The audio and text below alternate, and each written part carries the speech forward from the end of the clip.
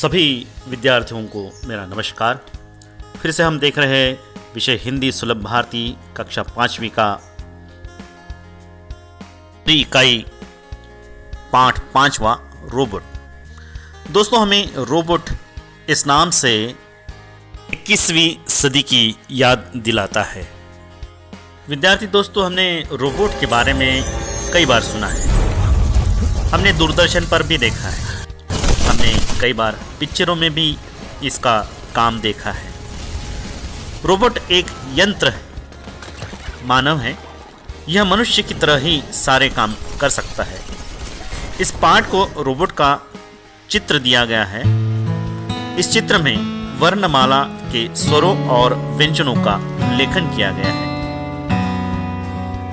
जैसे कि दोस्तों हम देख रहे हैं यहाँ पे रोबोट इस पाठ में, इस चित्र में, कि स्वर और व्यंजन कुल मिला के जो वर्णमाला यहाँ पे दी गई है उसके बारे में हमें और जानकारी हासिल करना है, और यही हमें ये पाठ सिखलाता है। जैसे कि दोस्तों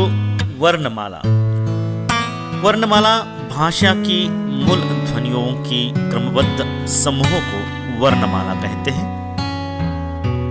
इस वर्ण को दो भेदों में बांटा गया है। पहला है स्वर और दूसरा व्यंजन। स्वर जिन वर्णों का उच्चारण बिना किसी अन्य वर्ण की सहायता से स्वतंत्र रूप से होता है उन्हें स्वर कहते हैं।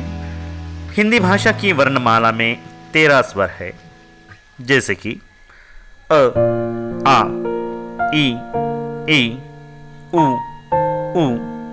रू, ए, ऐ, ओ, औ, अम, आह।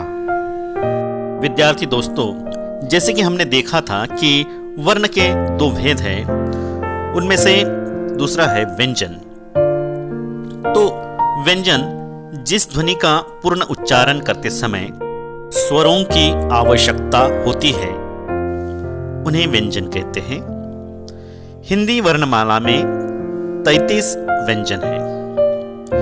इनके अलावा वर्णमाला में नुक्ता वाले, जैसे कि ड के नीचे बिंदी होती है, और ढ के नीचे भी बिंदी होती है, इन वर्णों का भी समावेश होता है।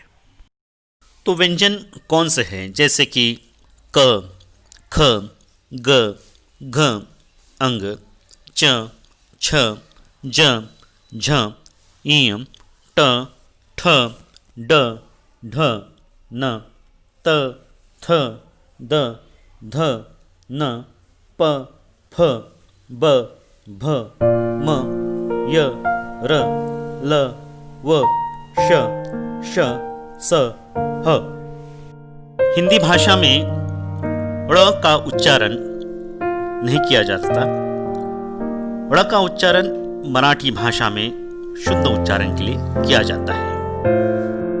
जैसे कि हम मराठी में कहते हैं टिळक और हिंदी में कहते हैं तिलक। तो ऐसे कई शब्द हैं जो हिंदी में ड़ का उच्चारण हम ल से करते हैं। अब हम लिखते हैं संयुक्त व्यंजन। संयुक्त व्यंजन दो अलग अलग व्यंजनों के मेल से बनते हैं। जैसे कि क अधिक श बराबर क्ष, त अधिक र बराबर त्र, ज अधिक ञ बराबर ज्ञ, और श अधिक र बराबर श्र। इस प्रकार से यहाँ संयुक्त व्यंजन है। व्यंजनों के साथ स्वरों का प्रयोग मात्रा चिन्ह के रूप में किया जाता है। जैसे कि इस चित्र में आपको दिखाई दे रहा है कि कितने प्रकार के चिन्ह होते हैं, मात्राएं होती हैं। साथ साथ अनुस्वार, अनुनासिक, विसर्ग, इस प्रकार के भी आपको यहाँ चित्र के द्वारा दिखाया गया है। इस पाठ में व्याकरण से परिपूर्ण बातें हमने सीखी। हिंदी वर्णमाला के स्वर और व्यंजन लिखिए। प्रश्न दूसरा, अनुनासिक स्वर किसे कहते हैं?